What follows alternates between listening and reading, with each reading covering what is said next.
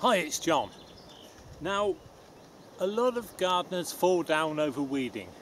You know, they got the initial enthusiasm, and then when it comes to the weeding, you know, their enthusiasm goes.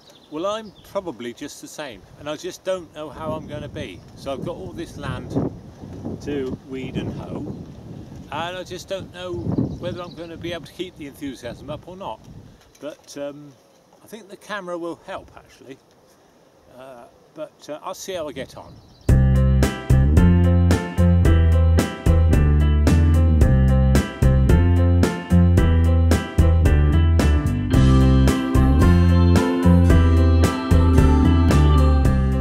So I've gone through those Ullico there and gone through some of those potatoes and Ullico up there, and I've made a start on these shallots. I've gone one way and now I've got to go the other way, but I had to move some of them because the little ones I planted close together, and then of course they weren't right for hoeing, because if you leave the right gap for hoeing, you can hoe them both ways, just the right width of the hoe. So this is a Dutch hoe, which you have to push really, so you're always pushing to cut the weeds against there. Now they never make these hoes strong enough, and this is my last bit of welding actually. I welded these bits up, made them stronger, and it's worked. And if you can keep that sharp, you're better off.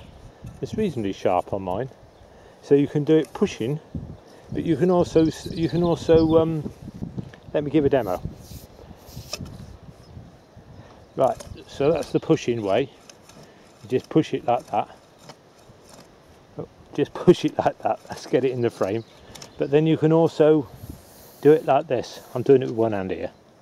So you can pull it like that, and that'll also break the weeds off.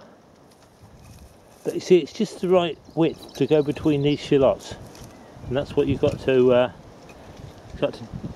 do when you plant your shallots. Make sure your hoe is that you plant them to the right width of the hoe.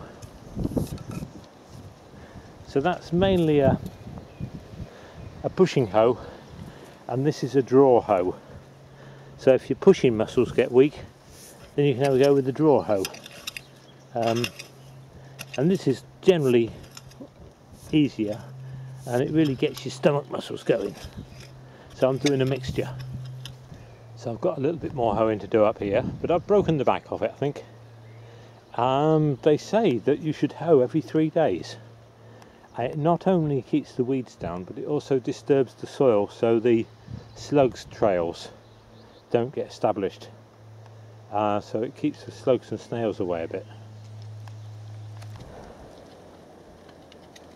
Well, there we go. That's got that done. I'm quite chuffed about that.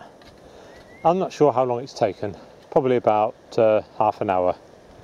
So I've some of the weeds are still on top, but they are hoed off, so they'll die. And as I've hoed through the potatoes, I've also ridged them up. Ridged the potatoes and the Ullico and the Oca OCA up. So looking quite good there. I think I'll just go through these broad beans, just pulling up weeds by hand. See how I get on.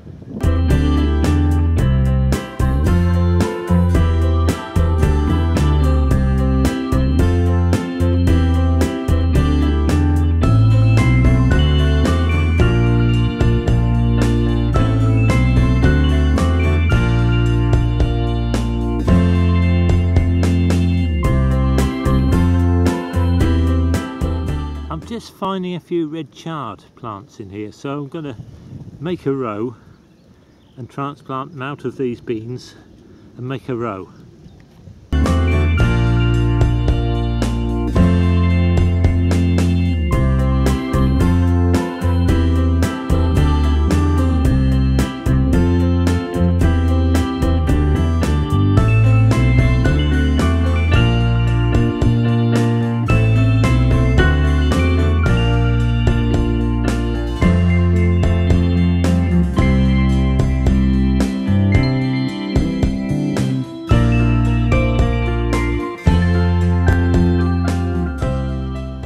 just going to water them in now, and then I think I might call it a day because I'm on the bike. I've got to cycle back up the hill, so I'm just going to say that's it for today. Right, bye for now.